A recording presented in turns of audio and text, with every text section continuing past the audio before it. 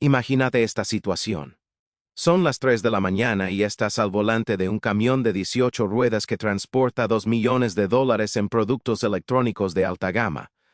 Vas hacia el norte por la autopista 85, atravesando el corredor industrial mexicano hacia la frontera con Texas.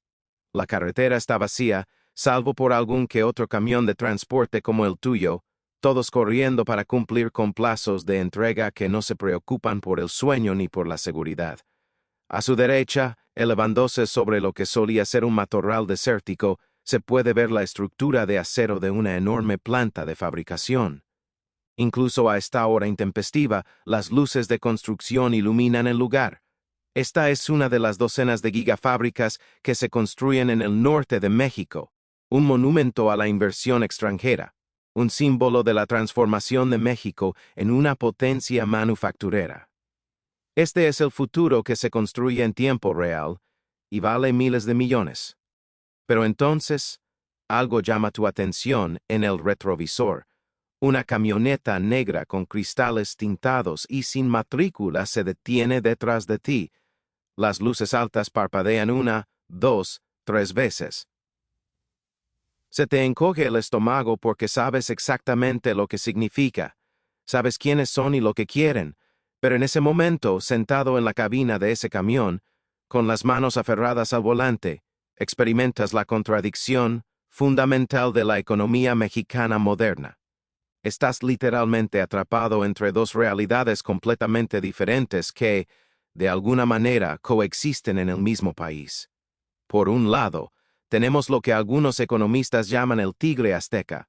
México se está transformando en un gigante manufacturero que le está robando el pan a China, atrayendo cientos de miles de millones de dólares en inversión extranjera y viendo cómo su moneda, el peso, muestra una fuerza que nadie sabía que tenía. Este es el México que las revistas de negocios ponen en sus portadas. El México en el que los directores ejecutivos, desde Detroit hasta Tokio, apuestan por sus empresas. Por otro lado, existe una economía sumergida tan poderosa, tan violenta y tan arraigada en cada capa de la sociedad que los economistas literalmente no pueden calcular el PIB real del país sin tener en cuenta, de alguna manera, el narcotráfico. Un imperio clandestino que emplea a más personas que la mayoría de las corporaciones legítimas y extrae lo que equivale a un impuesto invisible de prácticamente cada transacción comercial del país. Así que esta es la pregunta que hoy intentamos responder. México está a punto de convertirse en la próxima superpotencia económica que salve la cadena de suministro norteamericana de la dependencia china. ¿O este auge se basa en cimientos tan inestables que podría derrumbarse en cuanto esas camionetas negras decidan que quieren una tallada mayor? Hoy no leemos el folleto turístico, no vemos el video de presentación de inversiones, analizamos los libros de contabilidad, las cifras reales, las verdades incómodas que no aparecen en los comunicados de prensa. Esta es la verdad completa sobre la economía mexicana. Y es mucho más complicada de lo que nadie quiere admitir. Empecemos con las buenas noticias, y son realmente buenas noticias si has estado prestando atención a los flujos comerciales globales. Si has estado viviendo bajo una roca o tal vez simplemente operando obsesivamente con acciones meme, es posible que te hayas perdido el mayor cambio en la economía global desde la década de 1990. Se llama nearshoring y está transformando por completo donde se fabrican las cosas y cómo llegan a tu puerta. Así funcionaba el antiguo modelo. Durante las últimas 3 décadas, la estrategia empresarial global era sencilla: fabricarlo todo en China porque la mano de obra es barata y las regulaciones son flexibles. Luego, enviarlo al otro lado del mundo, a Estados Unidos, porque los estadounidenses compran. Este sistema imprimía dinero para todos los involucrados. China se convirtió en el taler del mundo. Las empresas estadounidenses registraron ganancias récord. Los consumidores obtenían productos baratos.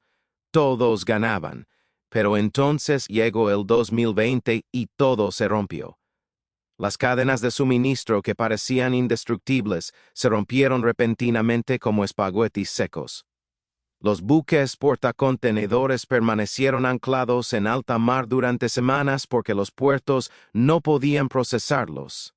Las fábricas cerraron durante meses. Componentes críticos se quedaron atascados en almacenes al otro lado del planeta. Los directores ejecutivos que nunca se habían preocupado por la logística de repente no pudieron conseguir las piezas que necesitaban para mantener las líneas de montaje en funcionamiento. Entonces, la situación geopolítica se volvió tensa. Las tensiones comerciales se intensificaron. La transferencia de tecnología se convirtió en un problema de seguridad nacional.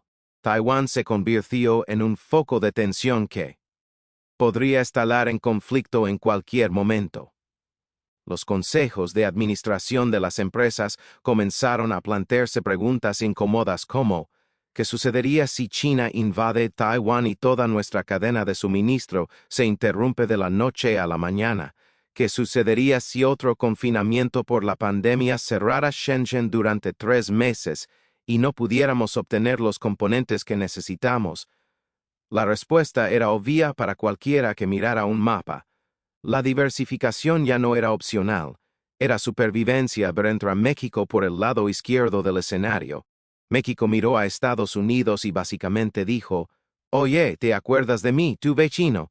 Estoy literalmente al lado. Tengo trenes, carreteras y puertos. Tengo una fuerza laboral joven que de hecho está creciendo, no envejeciendo como la de China. Ya formó parte de un tratado de libre comercio que facilita el transporte de mercancías a través de la frontera. Y a diferencia de ese otro, no estoy amenazando con invadir a NAD». Y el resultado ha sido nada menos que una fiebre del oro. Una avalancha industrial de inversión extranjera que llega al norte de México a un ritmo que obliga a los economistas a recalibrar sus modelos. A finales de 2024 y hasta 2025, México superó oficialmente a China como principal exportador a Estados Unidos. Piénsenlo un momento. Por primera vez en 20 años, Estados Unidos compra más productos de su vecino del sur que del gigante manufacturero asiático. Esto no es un detalle pasajero, no es ruido estadístico. Es una realineación fundamental del comercio global, y no hablamos de juguetes de plástico baratos ni de productos electrónicos de imitación. Hablamos de manufactura sofisticada y de alto valor. Tan solo el sector automotriz está experimentando un crecimiento explosivo. Tesla está construyendo. BMW se está expandiendo. Audi tiene operaciones importantes. Incluso empresas chinas como BYD, que no pueden vender fácilmente en el mercado estadounidense debido a los aranceles, se apresuran a construir plantas en estados como Nuevo León. ¿Por qué? Porque las matemáticas son simples y contundentes. Si una empresa automotriz china fabrica un vehículo eléctrico en China e intenta venderlo en Estados Unidos, se ve sometida a aranceles que hacen que el precio no sea competitivo. Pero si esa misma empresa fabrica exactamente el mismo auto en México con los mismos ingenieros y cadenas de suministro chinos, de repente, técnicamente, se convierte en un producto norteamericano bajo las normas del acuerdo comercial. Libre de aranceles. Acceso al mercado garantizado. Este tsunami de inversión extranjera directa ha creado lo que los analistas financieros comenzaron a llamar el superpeso. Durante años, el peso mexicano fue el saco de boxeo de las monedas de los mercados emergentes. Se disparaba brevemente en épocas de bonanza y luego se desplomaba cuando los mercados globales se ponían nerviosos. Los operadores lo utilizaban como estrategia de volatilidad. Era el valente monetario de una acción de centavo, pero recientemente algo cambió. El peso empezó a depreciarse. Se apreció enormemente frente al dólar hasta 2023 y mantuvo esa fortaleza durante gran parte de 2024, desafiando todos los pronósticos pesimistas. Los operadores de divisas que apostaron contra México se llevaron una buena parte. El peso se convirtió en una de las monedas con mejor rendimiento del mundo. Pero aquí es donde debemos frenar la celebración y observar lo que sucede bajo la superficie. Porque mientras los titulares proclaman un milagro económico y los periodistas escriben artículos apasionados sobre la llegada del próximo tigre asiático a Norteamérica, la infraestructura clama literalmente por ayuda. Se están construyendo enormes fábricas de vanguardia en el norte de México. Miles de millones de dólares en instalaciones listas para fabricar de todo, desde semiconductores hasta vehículos eléctricos. Pero se enfrentan a dos obstáculos críticos que podrían frenar este auge antes de que alcance su máximo potencial: la electricidad y el agua. La red eléctrica mexicana no se ha modernizado adecuadamente en décadas. Los sucesivos gobiernos, en particular la administración anterior de López Obrador y, en cierta medida, la actual de Sheinbaum, se han obsesionado con mantener el control estatal sobre el sector energético. Esto suena bien políticamente, pero crea un grave problema práctico. Las empresas privadas quieren construir sus propias fuentes de energía renovable, parques solares e instalaciones eólicas para abastecer sus fábricas. Es rentable y cumple con sus objetivos de sostenibilidad corporativa. Sin embargo, el marco regulatorio gubernamental lo dificulta enormemente. Quieren que la generación de energía permanezca principalmente bajo control estatal a través de la Comisión Federal de Electricidad (FEC), que carece de fondos suficientes, es ineficiente y no puede satisfacer la demanda. Así que terminamos con esta situación absurda en la que fábricas multimillonarias, que representan la vanguardia de la tecnología de fabricación, lidian con una red eléctrica inestable y fallida, como la de un país en desarrollo de la década de 1970. Los gerentes de planta instalan generadores de emergencia y sistemas de baterías solo para mantener las líneas de producción en funcionamiento. Esa no es la infraestructura de una superpotencia emergente. Es la infraestructura de un país incapaz de mantener la electricidad y el agua. Hablemos del agua, porque este problema es aún más crítico y aún más difícil de solucionar a corto plazo. Pregúntale a cualquiera en Monterrey, el corazón industrial del norte de México, qué ha sucedido en los últimos años. Te hablarán de sequías tan severas que los grifos residenciales se secaron por completo. Las familias no podían ducharse, los negocios no podían operar. La ciudad tuvo que transportar agua en camiones cisterna y racionar los suministros como si fuera una zona de desastre. Todo esto ocurría mientras enormes parques industriales nuevos consumían millones de litros al día para sus procesos de fabricación. El conflicto es evidente y se agrava. La industria pesada necesita enormes cantidades de agua. Los semiconductores, la fabricación de automóviles y el procesamiento de alimentos consumen mucha agua. Pero el norte de México es fundamentalmente árido. Los acuíferos se están agotando a un ritmo mayor al que pueden recargarse. El cambio climático está provocando sequías más frecuentes y severas, pero así que México tiene la mejor opción. El mundo está intentando literalmente entregarle a México cientos de miles de millones de dólares en inversiones. Pero a menos que arreglen la red eléctrica y resuelvan la crisis del agua, ese tigre azteca que tanto entusiasma a todos morirá de sed antes de alcanzar su máximo potencial. Pero una pregunta rápida antes de continuar. Sean honestos en los comentarios. ¿Comprarían un vehículo eléctrico de una marca china si se fabricara en México? ¿O prefieren las marcas estadounidenses o europeas establecidas, independientemente de dónde se fabriquen? Tengo mucha curiosidad, porque esta es la apuesta que muchas empresas están haciendo ahora mismo. Ahora, apaguemos la luz y hablemos de la parte de la economía mexicana que no aparece en los informes del Banco Mundial. Al menos no directamente.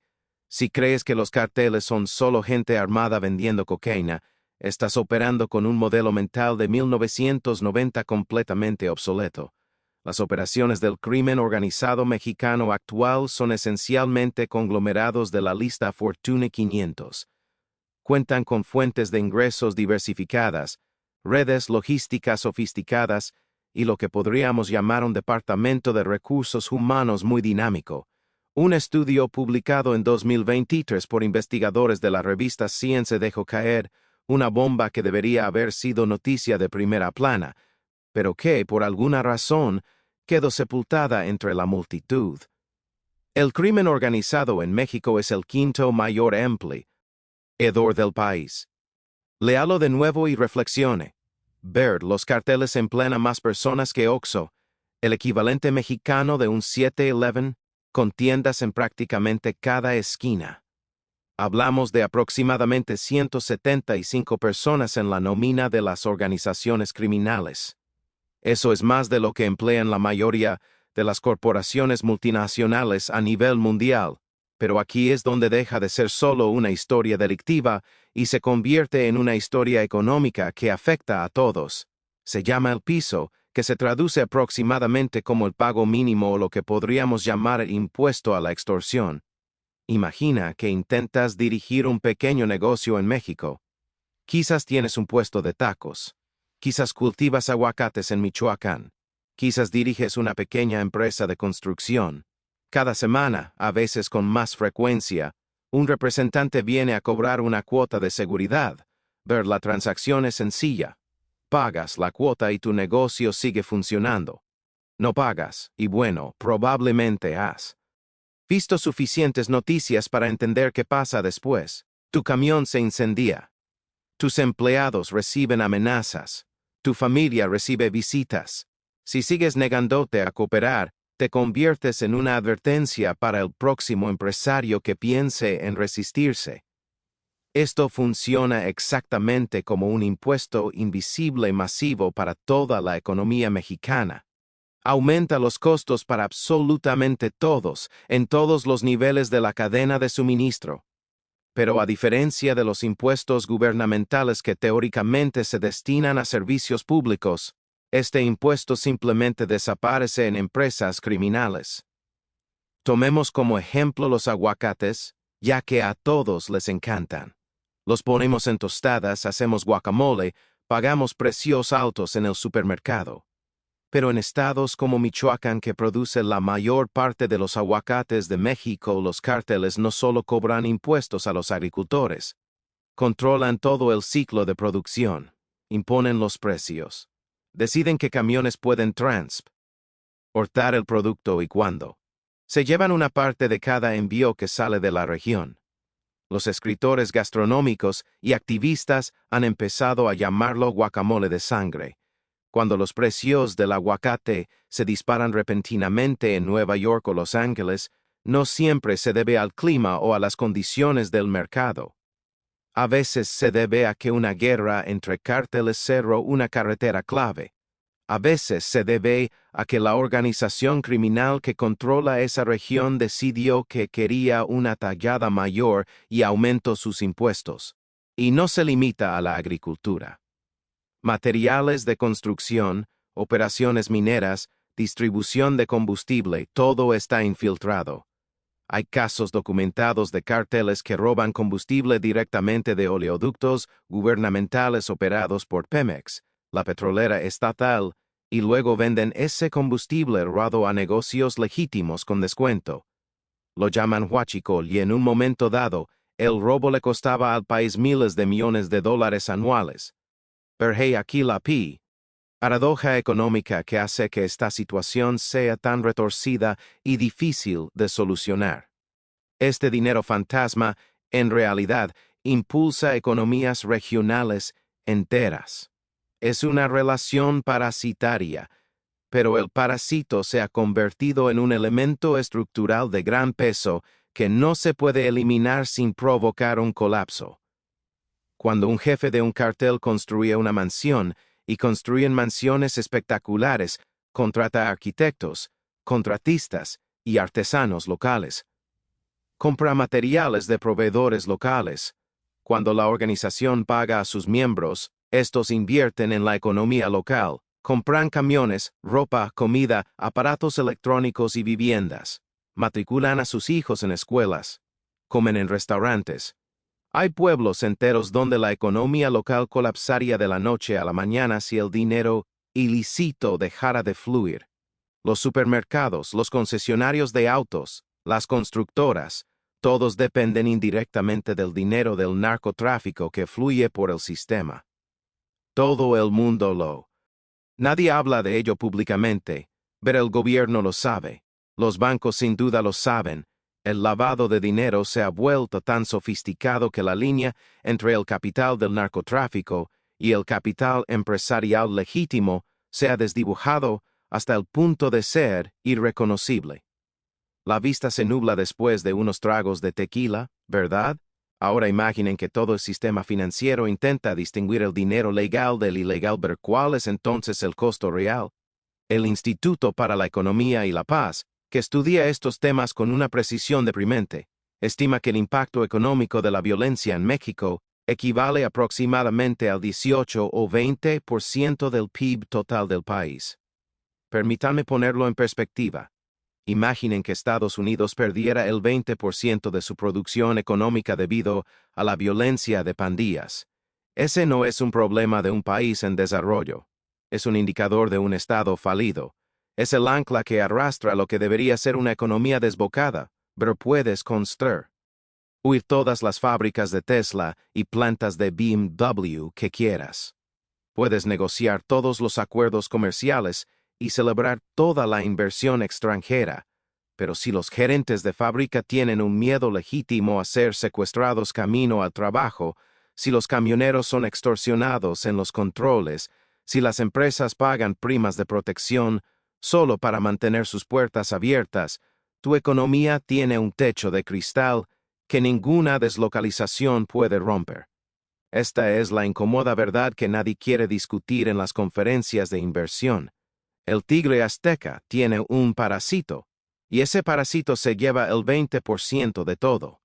Si quiere entender por qué la economía mexicana preocupa tanto a los analistas de Wall Street, a pesar de todas las noticias positivas sobre la deslocalización, necesita conocer a la criatura que vive en el sótano. No es un elefante en la habitación, es un dinosaurio muy enfermo y muy caro que se niega a morir. Conozcan a Pemex, siglas de PET. Róleos mexicanos. Durante gran parte del siglo XX, Pemex fue la joya de la corona de la economía mexicana. Era la alcancía que financiaba escuelas, hospitales, carreteras y programas gubernamentales. Era un motivo de orgullo nacional, una prueba de que México controlaba sus propios recursos naturales en lugar de permitir que empresas extranjeras extrajeran la riqueza. Hoy, Pemex es oficialmente la petrolera más endeudada del planeta. No la más endeudada de Latinoamérica, no la más endeudada de los países en desarrollo. Es la petrolera más endeudada del mundo. Hablamos de aproximadamente $100,000 millones estadounidenses en deuda. Para contextualizar, Pemex debe más dinero que toda la producción económica anual de Ecuador. Piénsenlo. Una sola empresa en un país de ingresos medios tiene más deuda de la que generan algunos países en un año. Imagina que tienes un tío rico. Es dueño de una mina de oro. Darías por hecho que es rico, ¿verdad? Vive cómodamente de los recursos naturales que controla. Pero en cambio, está completamente arruinado, pidiendo dinero prestado a usureros solo para mantener la luz y, de alguna manera, empleando a 10 personas para hacer un trabajo que debería requerir una sola. Eso es Pemex en pocas palabras. ¿Ver cómo sucedió esto? ¿Cómo es posible que una petrolera con acceso a enormes reservas termine más endeudada que empresas que operan en países con muchos menos recursos? La respuesta es una clase magistral sobre cómo destruir un negocio rentable mediante la mala gestión gubernamental y la corrupción. Pero primero, el gobierno la agravó hasta la saciedad. Durante décadas, en lugar de permitir que Pemex reinvirtiera sus ganancias en mantenimiento, exploración y modernización como lo hacen las petroleras tradicionales, el gobierno federal la trató como un cajero automático. Extrajeron casi cada peso de las ganancias para equilibrar el presupuesto nacional. Los políticos necesitaban dinero para programas y proyectos, así que simplemente metieron la mano en los bolsillos de Pemex y se lo llevaron. Pero la empresa no pudo modernizar su infraestructura obsoleta. No pudo invertir en nueva tecnología de perforación. No pudo realizar el mantenimiento adecuado de los ductos. Cada dólar que debería haberse invertido en mejorar la eficiencia y la competitividad de la empresa se destinó a la Ciudad de México para financiar el gasto público. En segundo lugar, la corrupción y la ineficiencia. Pemex se expandió de forma desmesurada. Cuenta con sindicatos poderosos que negociaron contratos que garantizaban empleos vitalicios independientemente del rendimiento. Tiene una cultura de adjudicar contratos a empresas con conexiones políticas en lugar de a los licitadores más cualificados. Amigos de amigos conseguían acuerdos lucrativos. Los sobornos eran una práctica habitual, mientras compañías como ExxonMobil y Shell se estaban convirtiendo en operaciones eficientes e impulsadas por la tecnología que podían extraer petróleo de manera rentable. Incluso cuando los precios eran bajos. Pemex se convirtió en una pesadilla burocrática que perdía dinero incluso cuando los precios del petróleo eran altos. Aquí está el punto clave que empeora aún más esta tragedia. Durante la administración presidencial anterior de López Obrador, y en cierta medida bajo la actual presidenta Sheinbaum, la estrategia del gobierno no fue reformar esta empresa ni hacer la transición a las energías renovables como el resto del mundo. No, la estrategia era, esencialmente, hacer que el petróleo volviera a ser excelente. Invirtieron miles de millones de dólares de los contribuyentes en apuntalar a esta empresa zombie. Construyeron una enorme refinería nueva llamada Dos Bocas, que superó con creces el presupuesto y se retrasó considerablemente. El costo inicial fue de unos 8,000 millones de dólares y terminó costando 3 o 4 veces más. Es un desastre económico envuelto en retórica nacionalista, pero las agencias calificadoras de riesgo crediticio han rebajado la deuda de Pemex a categoría de basura. Esto no es una exageración ni una opinión editorial. Varias agencias calificadoras importantes clasifican oficialmente los bonos de Pemex como basura, lo que significa que conllevan un alto riesgo de impago. Esto es importante para todos los contribuyentes mexicanos, ya que el gobierno federal ha garantizado efectivamente la deuda de Pemex. Si Pemex quiebra, lo cual es una posibilidad realista, todo el gobierno mexicano sufrirá las consecuencias. La calificación crediticia soberana se rebaja. Los costos de financiamiento suben para todo. Se vuelve exponencialmente más difícil financiar los proyectos de infraestructura que el país necesita desesperadamente. Es la definición clásica de demasiado grande para quebrar, pero también demasiado deteriorada para repararla.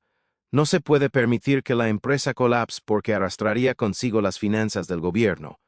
Pero tampoco se puede arreglar porque no existe la voluntad política para tomar decisiones difíciles.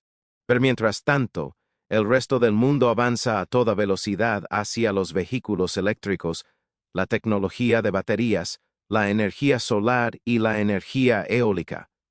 Se proyecta que la demanda mundial de petróleo alcanzará su punto máximo y luego disminuirá durante la próxima década o dos a medida que el transporte se electrifique y las energías renovables se expandan. Ver. ¿Qué hace México? Apostando la casa por un modelo de negocio del siglo X dirigido por una empresa que, de alguna manera, pierde dinero vendiendo uno de los productos más valiosos del planeta.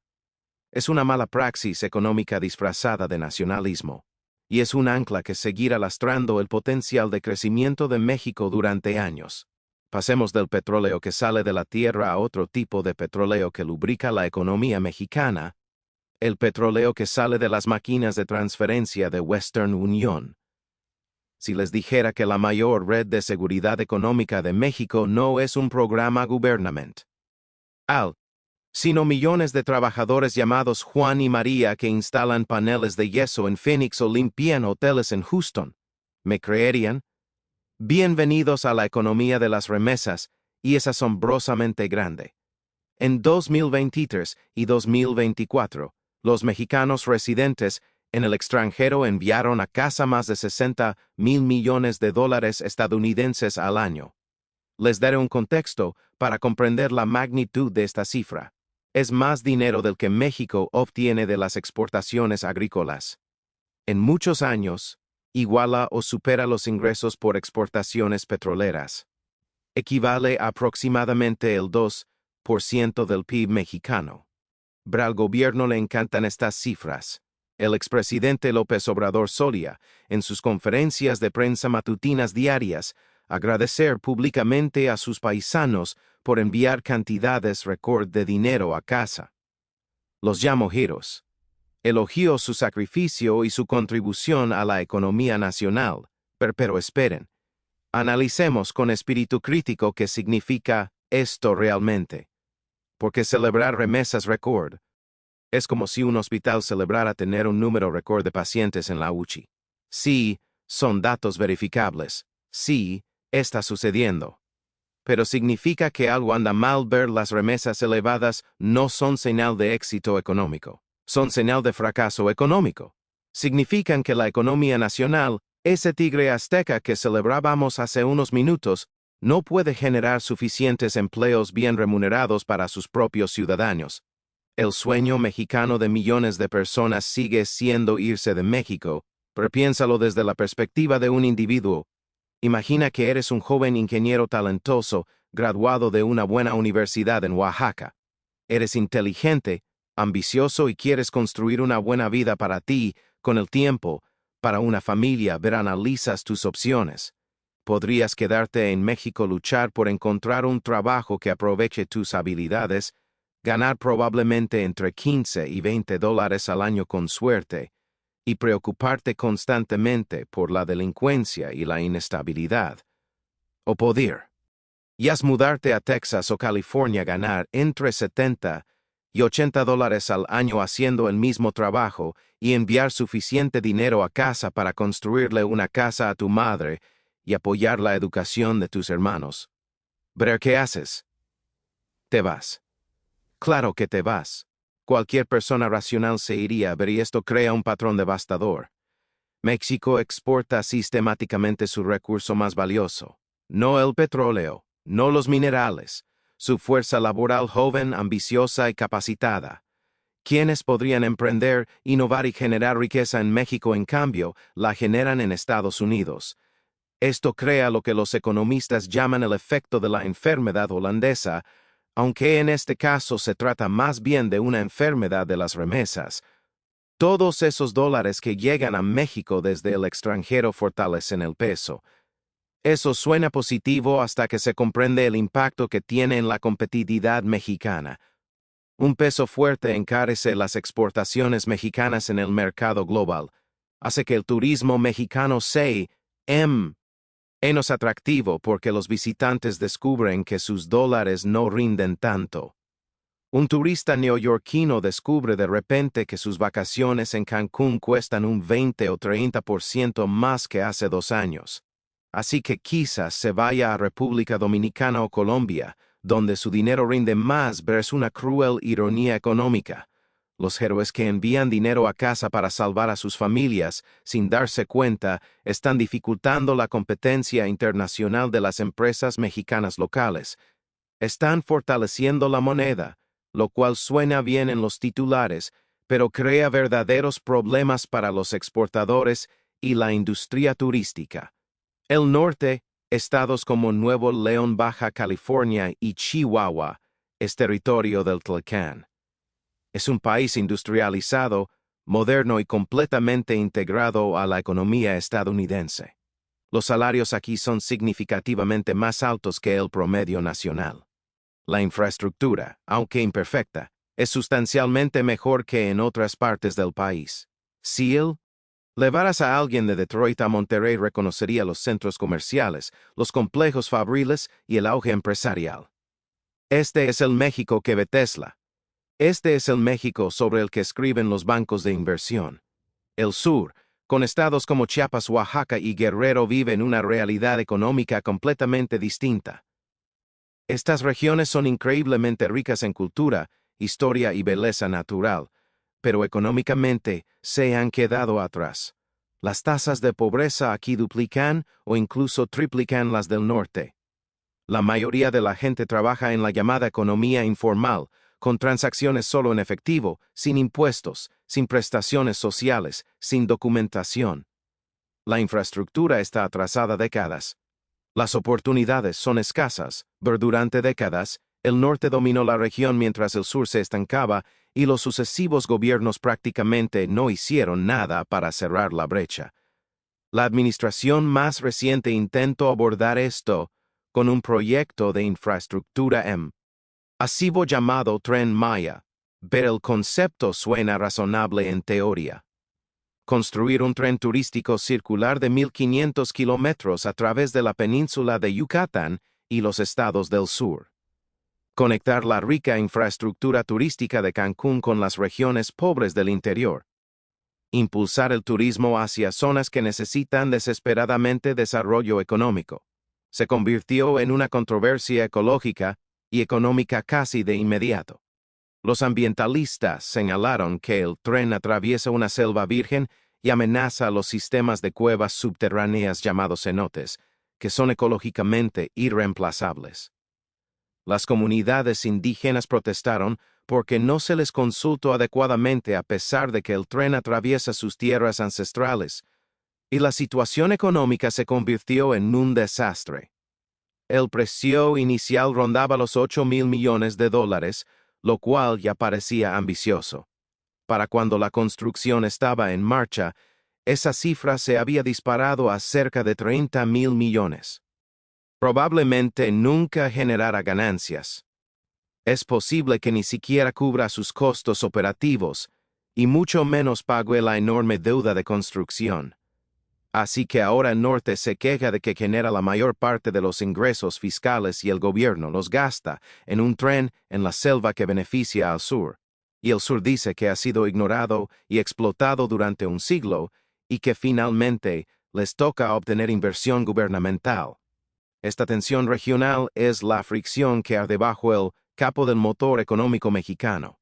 No se puede llegar a ser una superpotencia económica cuando una parte del cuerpo avanza a toda velocidad y la otra está paralizada. No se puede competir globalmente cuando el propio país se mueve en direcciones opuestas. Al observar las cifras, el esquema se vuelve evidente. En 2024, el déficit comercial de México con China se disparó a aproximadamente $120.000 millones.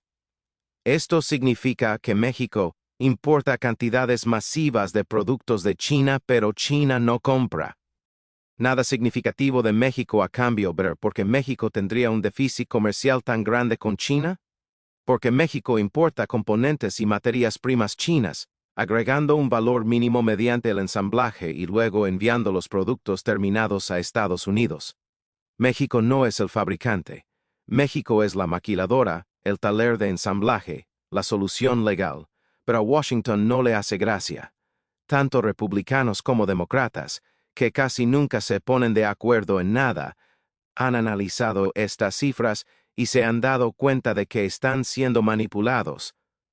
Los aranceles que implementaron para desalentar los productos chinos se están evadiendo por completo a través de México, y esto nos lleva a la fecha más importante del calendario económico de México, julio de 2026.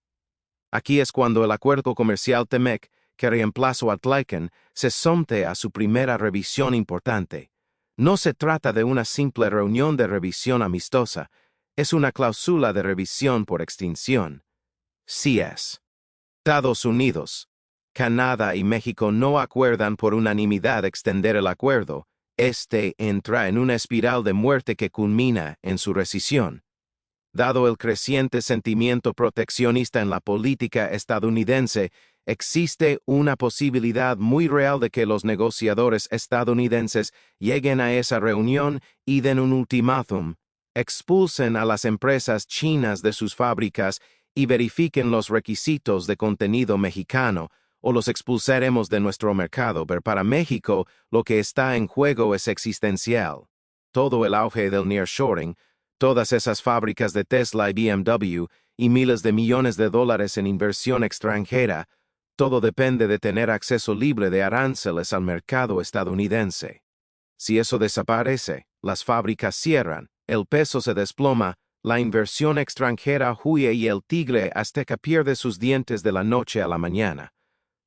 La revisión de 2026 es una espada que pende sobre la cabeza de México y se agudiza con cada contenedor de productos sospechosa. Mente mexicanos que llega a Long Beach. Pero para entender por qué México está atrapado en lo que los economistas llaman la trampa del ingreso medio, porque no puede dar el salto para convertirse en un país rico como lo hicieron Corea del Sur o Japón, es necesario comprender al hombre que vende tacos en la esquina. Pero esta es la economía informal, y en México no es un trabajo secundario, es la actividad principal. Según el INEGI, el Instituto Nacional de Estadística de México, aproximadamente el 55% de la fuerza laboral mexicana trabaja en el sector informal. Reflexiones sobre esta cifra. Más de la mitad de quienes trabajan en México hoy en día no existen oficialmente en el papel. No pagan impuestos sobre la renta, no tienen seguridad social, no cotizan a los sistemas de pensiones, manejan estrictamente con efectivo. Permítanme contarles una historia de dos hermanos para ilustrar el problema. Carlos trabaja en una planta automotriz de Ford en Hermosillo. Gana un salario digno para México, quizás el equivalente a entre 15 y 20 mil dólares estadounidenses al año. Pero el gobierno le quita alrededor del 30% de su sueldo en impuestos y contribuciones a la seguridad social. Él cumple con todas las reglas. Está dentro del sistema. Su hermano Juan tiene un puesto de tacos en la Ciudad de México y vende electrónica por su cuenta. Gana aproximadamente lo mismo que Carlos, quizás incluso más, en las semanas buenas, pero Juan no paga absolutamente nada de impuestos, se queda con todo. Sin papeleo, sin intervención del gobierno. Negocio puro en efectivo, pero a corto plazo, Juan parece el más inteligente, porque darle el 30% de sus ingresos a un gobierno que, de todas formas, podría robárselos mediante la corrupción. Pero aquí está la tragedia económica que nadie quiere reconocer. Como Juan y otros 32 millones de personas como él no pagan impuestos, el gobierno mexicano tiene la tasa de recaudación fiscal más baja de toda la OCDE, el Club de Países Desarrollados y en Desarrollo. México recauda entre el 16% y el 17% del PIB en ingresos fiscales. Estados Unidos recauda el 26%. Francia recauda el 46%. Esta brecha es absolutamente devastadora para el desarrollo de México. ¿Pero por qué importa esto? Porque el gobierno está siempre en quiebra. No tiene dinero para invertir en sistemas educativos de primer nivel. No puede construir ni mantener infraestructura moderna. No puede financiar una fuerza policial capaz de combatir a los carteles. No puede proporcionar los servicios públicos que harían que la gente estuviera dispuesta a pagar impuestos. Se crea un círculo vicioso. El gobierno presta servicios pésimos porque no tiene dinero. La gente se niega a pagar impuestos porque los servicios son pésimos y no confía en el gobierno. El gobierno sigue en quiebra y los servicios siguen siendo pésimos. El ciclo se repite indefinidamente. Pero la trampa informal tiene una segunda consecuencia, aún más siniestra, un techo de productividad que nadie puede superar. Juan, con su puesto de tacos y su negocio de electrónica, no puede crecer.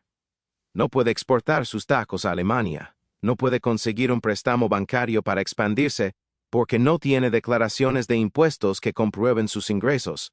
No puede contratar empleados formalmente porque entonces tendría que entrar él mismo al sistema. Está estancado permanentemente como una microempresa sin potencial de crecimiento.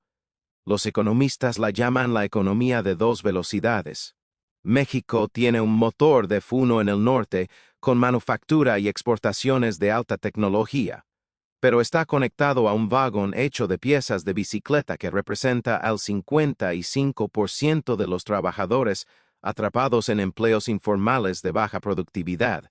Pero puedes acelerar el motor de ese auto de carreras todo lo que quieras. Puedes celebrar la deslocalización, la inversión extranjera y el superpeso. Pero si el 55% de tus ruedas o neumáticos de bicicleta no ganarás ninguna carrera, pero en México esa certeza no existe. Les cuento una historia de terror que aún atormenta a los inversionistas de Wall Street. En 2020, Una empresa estadounidense llamada Constellation Brands, la corporación que fabrica la cerveza Corona para el mercado estadounidense, estaba construyendo una enorme cervecería de $1,400 millones en la ciudad de Mexicali. Habían obtenido todos los permisos necesarios y realizado todos los estudios ambientales. La construcción había finalizado al 70%. Ya se habían invertido cientos de millones de dólares. Entonces, el presidente López Obrador decidió que no le gustaba el proyecto. Afirmó que consumiría demasiada agua en una región árida, a pesar de que los estudios de impacto ambiental demostraban que el uso del agua era sostenible y estaba aprobado. Pasó por los tribunales. Siguió los procesos legales. Respetó los contratos y permisos ya emitidos. No. Realizó una consulta pública, básicamente un referéndum, en la que votó un pequeño porcentaje de los residentes locales, y con base en ese voto cuestionable, canceló todo el proyecto. De la noche a la mañana, se evaporaron $1,400 millones en inversión. La construcción se detuvo. Los trabajadores fueron enviados a casa. Las instalaciones, parcialmente construidas, quedaron abandonadas. Los inversionistas extranjeros presenciaron esto en tiempo real y se les heló la sangre. El mensaje era inequívoco: en México los caprichos políticos de un presidente son más poderosos que los contratos legales firmados. Adelantándonos a 2024 y principios de 2025, el gobierno actual impulsó una controvertida reforma judicial que ha alarmado profundamente a los inversores internacionales. El cambio fundamental es que los jueces sean elegidos por voto popular, en lugar de ser nombrados con base en su experiencia y méritos legales. A primera vista, esto suena democrático. Poder para el pueblo. Que los votantes elijan a sus jueces. En la práctica, los expertos legales y los inversionistas extranjeros están aterrorizados. ¿Por qué? Porque si los jueces necesitan hacer campaña para conseguir votos, se convierten en políticos. Se vuelven dependientes de quien financie sus campañas. Podrían ser partidos políticos, grupos de interés. Podrían ser, y esto es lo que desvela a los abogados, cárteles con enormes recursos económicos que buscan instalar jueces afines. Imagina que eres Apple o Toyota. Te ves envuelto en una disputa legal con una entidad del gobierno mexicano o una empresa estatal. ¿Crees que un juez elegido con el apoyo del partido gobernante va a fallar justamente contra el gobierno? Rotundamente no. Perderían su trabajo en las próximas elecciones, pero esto es un suicidio institucional disfrazado de reforma democrática. El TEMEC exige explícitamente a los países miembros mantener la independencia de sus poderes judiciales. Al politizar los tribunales, México está violando técnicamente el acuerdo comercial del que depende para acceder a sus mercados. Las consecuencias ya son visibles. Se llama pausa de inversión. La gigafábrica anunciada por Tesla no ha comenzado a construirse. Los fabricantes chinos de vehículos eléctricos que se apresuraban a construir plantas han guardado silencio. Anuncios importantes que se esperaban se han pospuesto indefinidamente, pero el capital es cobarde. Odia la incertidumbre. Y ahora mismo México grita: estamos cambiando las reglas mientras jugamos, y podríamos cambiarlas de nuevo mañana. Si México se convierte en un país donde los contratos carecen de significado y los tribunales son herramientas políticas, el auge del nearshoring terminará no con un colapso dramático, sino con un éxodo silencioso de capitales que se trasladará a Vietnam, India o cualquier otro lugar que ofrezca seguridad jurídica básica. Así que, ampliemos el panorama y planteemos la pregunta inicial: ¿cuál es la realidad sobre la economía de México? Pero la respuesta es que México se encuentra al filo de la navaja. Un lado es la oportunidad, el otro, el desastre. Y el rumbo que tome determinará el futuro de la manufactura norteamericana, las cadenas de suministro globales y la vida de 130 millones de personas. Ver por un lado, se presenta la oportunidad del siglo. La geopolítica le ha dado a México un billete de lotería de oro. Estados Unidos necesita desesperadamente un socio manufacturero que no sea China. México cuenta con la ubicación, la fuerza laboral, la base industrial y los acuerdos comerciales necesarios para convertirse en la próxima superpotencia manufacturera mundial. El tigre azteca es real, su potencial es genuino, las bases del éxito están ahí, pero por otro lado, están las anclas que lo arrastran. Una economía sumergida controlada por carteles que extrae el 20% del PIB en costos de violencia y extorsión.